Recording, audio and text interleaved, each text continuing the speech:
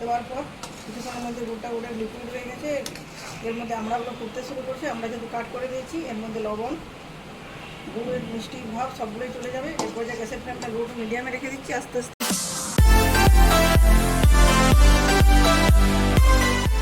বন্ধুরা, আমার চ্যানেলে আপনাদের সবাইকে স্বাগত জানাচ্ছি সম্পূর্ণ একটা ভিন্ন ধরনের রেসিপির সাথে।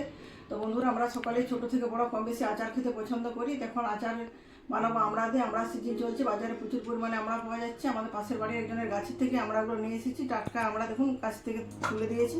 আমরাগুলো নিয়ে আসার পর খুব ভালো মতো করে জল দিয়ে ধুয়ে পরিষ্কার করে শুকনো কাপড় দিয়ে মুছে ফ্যানের হাওয়ায় শুকিয়ে নিয়েছি, যাতে একটুকুনি জল না থাকে। যদি জল থাকে আচারটা সেক্ষেত্রে খারাপ হয়ে যাওয়ার সম্ভাবনা থাকে।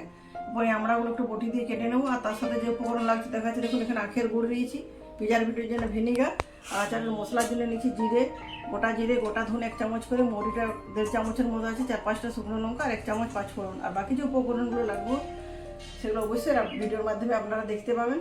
তো অবশ্যই আচারটা আমি সরষের তেলে বানাবো। তো বন্ধুরা, প্রথমে আমড়াগুলো আমি কেটে নিচ্ছি। আমড়াগুলো খুব বেশি শক্ত হয়নি, আচার করার জন্য পুরোপুরি পারফেক্ট। একটু জাস্ট আঠিটা হয়েছে, যে বোটাটা ফেলে দিয়ে জাস্ট বটি দিয়ে একটু চিড়ে দেবো, যাতে আমরা ভিতরটা নরম হয়ে যায়। আর যদি আপনারা এটা করতে না পারেন সেক্ষেত্রে আপনারা শিলের যে নোড়া দিয়ে একটু থেতো করে দিতেও পারেন। তো আমি থেতো করছি না, এভাবে জাস্ট একটু চিড়ে দিচ্ছি মাছ বরাবর। সমস্ত আমড়াগুলো এভাবে আমি একটু কাট করে নিচ্ছি। এরপর গোটা মশলাগুলো নিচ্ছি, এগুলো একটা কড়াই বসিয়ে দিচ্ছি। কড়াইটা গরম হয়েছে, খুব ভালো মতো করে ডাইরেক্ট করে নিচ্ছি। যতটা সময় প্রয়োজন সেই সময় দিই। হাই হিটে করবো না, তাহলে মশলাগুলো পুড়ে যাবে। লো টু মিডিয়াম হিটে এই মশলাগুলো খুব ভালো মতো ডাইরেক্ট করে নিই। এরপরে দেখুন মশলাটা 2-3 মিনিট সময় ধরে লো টু মিডিয়াম হিটে খুব ভালো মতো ডাইরেক্ট করে নিচ্ছি। খুব সুন্দর একটা ফ্লেভার হচ্ছে। এবার মশলাটা একটা প্লেটে ঢেলে নিচ্ছি। ঠান্ডা হয়ে যাওয়ার পর এটাকে পাউডার বানাবো। খুব মিহি পাউডার নয়, একটা দরদরে পাউডার বানাবো।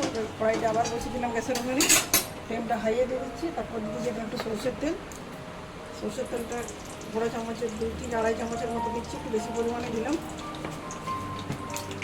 গরম তেলের মধ্যে দিচ্ছি কালো সরষের ফোড়ন, পাঁচফোড়ন দিলেও হতো, কিন্তু যেহেতু পাঁচফোড়নটা গুঁড়ো দেবো, যে পাঁচফোড়নটা ফোড়ন দিলাম না। এখানে তেজপাতা অপশনাল, আপনি চাইলে দিতেও পারেন, নাও দিতে পারেন, আমি আর দিচ্ছি না। সরষেটা খুব ভালো মতো ভাজা হয়ে যায়। তারপর ওইখানে এই যে একটু কাট করে রাখা আমড়াগুলো দিয়ে দিচ্ছি। সরষেটা ভাজা হয়ে গেছে, কাট করে রাখা আমড়াগুলো দিয়ে দিচ্ছি। তার সাথে দেবো লবণ আর দেবো, দিয়ে খুব ভালো মতো করে ভেজে নেবো। ধরো আমড়াগুলো ভেজে নিচ্ছি, আমরা কালারও চেঞ্জ হয়ে গেছে। এরপর কিছুটা ঘি দেবো। ঘিটা আগে দেওয়ার কথা ছিল, যেহেতু ঘি হয়ে গেছে। আমড়াগুলো সরিয়ে গরম তেলের মধ্যে 1 চামচের মতো ঘি দিয়ে দিচ্ছি। মিষ্টি আচার ভালো আচার ড্রাই করুন, ঘি দিলে আচারটা খেতে খুবই ভালো হয়।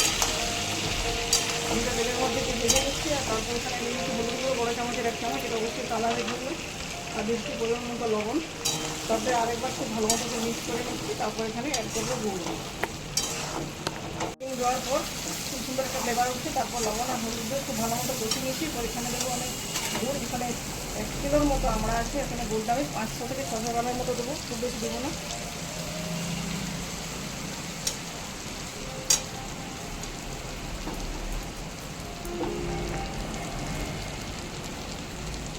দেওয়ার পর কিছু সময়ের মধ্যে গুড়টা লিকুইড হয়ে গেছে।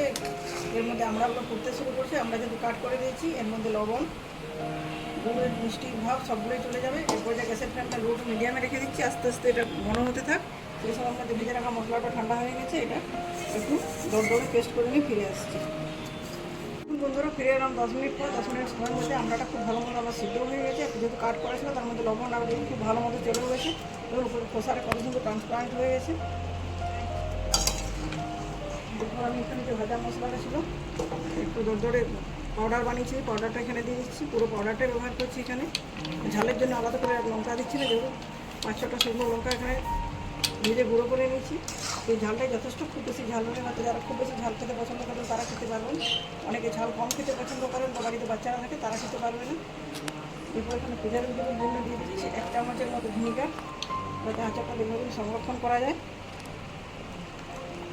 ভিনেগার দেওয়ার পর আরও 5 মিনিটের মতো এটা লো টু মিডিয়াম হিটে একটু ফুটিয়ে নিচ্ছি, যাতে এটা আর একটু ঘন হয়ে যায়। আর কালারটা পারফেক্ট যাতে আসে সেজন্য দিচ্ছি কাশ্মীরি লাল লঙ্কার গুঁড়ো। এটা অপশনাল, আপনি চাইলে দিতেও পারেন, নাও দিতে পারেন, কিন্তু এটা দিলে কালারটা খুব সুন্দর হয়। এরপর লো টু মিডিয়াম হিটে 5 মিনিট এটা এভাবে দিতে থাক। 5 মিনিট পর ফিরে আসছি। বন্ধুরা দেখুন, ফিরে এলাম 5 মিনিট পর। 5 মিনিট সময়ের মধ্যে আচারটা আমার পারফেক্ট হয়ে গেছে, অনেকটাই ঘন হয়ে গেছে গুড়টা দেখুন। আর যেটুকু লিকুইড মনে হচ্ছে ঠান্ডা হলে জমে যাবে। আর আচারটাতে ভাজা মশলা দিচ্ছি, তার সাথে চিনি, সব কিছু মিলেমিশে একটা মন মাতানো ফ্লেভার আসছে। অনেকে সব আচারটা খেয়ে নিই, যেহেতু অ্যালুমিনিয়াম পাত্রে আচারটা বানিয়েছি, অন্য ফার্স্টে বেশিরভাগ কোনো কম জিনিস রাখা ঠিক নয়। এই জন্য এই স্টিলের যে পাত্রটা নিয়েছি এটা ঢেলে ঠান্ডা করে নিচ্ছি, তারপর পুরোপুরি ঠান্ডা হয়ে গেলে আপনাদের দেখাবো। তারপর দেখি একটা কাঁচের বয়ামে রেখে দেবো। এটা 5 থেকে 6 মাস পর্যন্ত স্টোর করে রেখে খাওয়া যেতে পারে। তো বন্ধুরা, আমার যদি আজকের রেসিপিটি খুবই ভালো লাগে আপনাদের, তাহলে অবশ্যই আমার চ্যানেলটি সাবস্ক্রাইব করে না থাকলে চ্যানেলটি সাবস্ক্রাইব করে আমার পাশে থাকবেন। ভিডিওটি ভালো লাগলে লাইক করবেন, আর যতটা পারেন পরিচিত বন্ধুদের মধ্যে শেয়ার করে দেবেন। তো বন্ধুরা, আজকের মতো এ পর্যন্ত। পরের দিন দেখা হবে নতুন কোনো রেসিপির সাথে। ধন্যবাদ।